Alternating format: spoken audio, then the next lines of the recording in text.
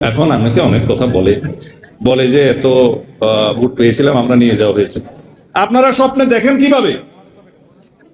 স্বপ্ন দেখারও তো একটা সীমারেখা আছে। যেই দল মনে করে যে তার সরকার গঠন করতে পারতো, তাদেরকে হারানো হয়েছে, এই স্বপ্ন দেখাও তো নাজায়েজ। কখনো ভেবে দেখেছেন রাজনীতিতে মাত্র একটা শব্দ, হ্যাঁ শুধু একটা শব্দই পুরো দেশের আলোচনার মোড় ঘুরিয়ে দিতে পারে? অবিশ্বাস্য লাগছে তাই না? কিন্তু প্রায়শই ঠিক এটাই ঘটে।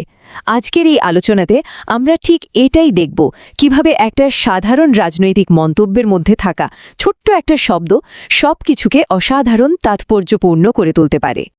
আমরা তো রাজনৈতিক নেতাদের কত কথাই শুনি তাই না? কিন্তু তাদের বলা প্রত্যেকটা শব্দের পেছনে যে একটা গভীর কৌশল থাকতে পারে, সেটা কি আমরা খেয়াল করি?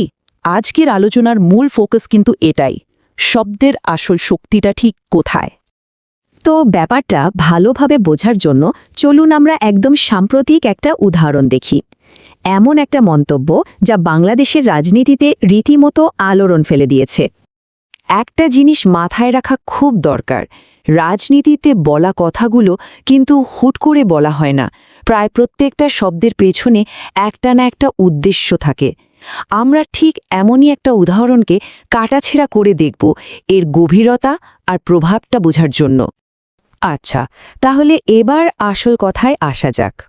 ঠিক কি এমন বলা হয়েছিল যা নিয়ে এত আলোচনা, এত কথা?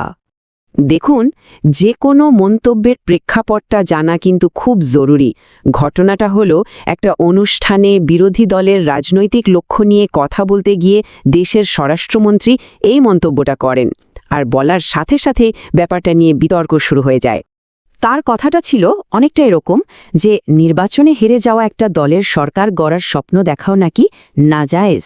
ব্যাস, এই একটা শব্দ, নাজায়েজ, আর এটাই এখন সব আলোচনার কেন্দ্রে। কিন্তু প্রশ্ন হলো, এই নাজায়েজ শব্দটাতেই এমন কি আছে? কেন এটা এত শক্তিশালী? এর আসল মানেটা ঠিক কি?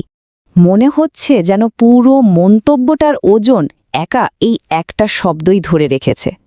ভাবুন তো, এর জায়গায় অন্য কোনো শব্দ বললে হয়তো এত কিছু হতোই না। তাহলে কেন এই শব্দটাই এত আলাদা? আসলে নাজায়েজ কিন্তু সাধারণ কোনো বাংলা শব্দ না, এটা একটা ধর্মীয় শব্দ।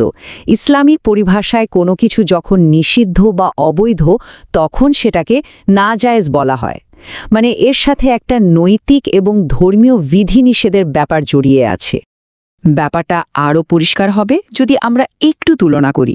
দেখুন, সাধারণত রাজনীতিতে কি বলা হয়? প্রতিপক্ষের স্বপ্নকে বলা হয় অবাস্তব বা ভুল, তাই না?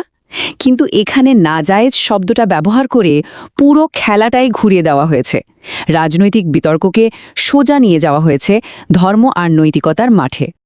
আর এর প্রভাব কিন্তু মারাত্মক, কারণ এতে একটা রাজনৈতিক স্বপ্নকে শুধু ভুল বলা হচ্ছে না, এটাকে প্রায় একটা পাপ বা অনৈতিক কাজের মতো করে দেখানো হচ্ছে। তখন কি হয়?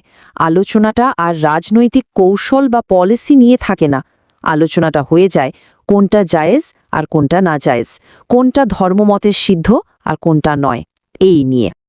তো সব মিলিয়ে এই ধরনের ভাষা ব্যবহারের ফলে রাজনৈতিক বিতর্কের ওপর ঠিক কী প্রভাব পড়ে?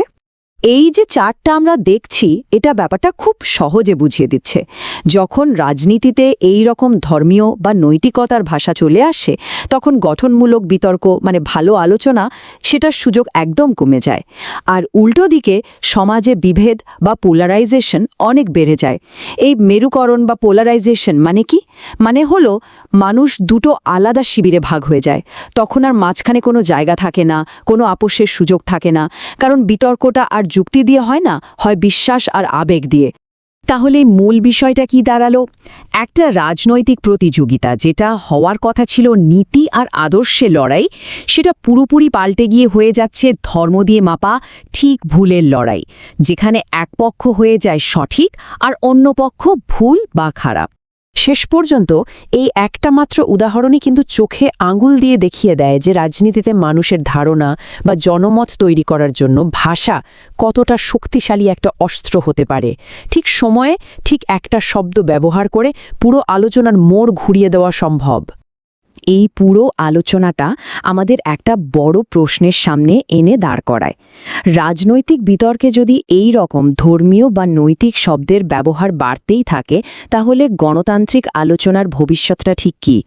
এই প্রশ্নটা রইল, উত্তরটা হয়তো সময়ই বলে দেবে।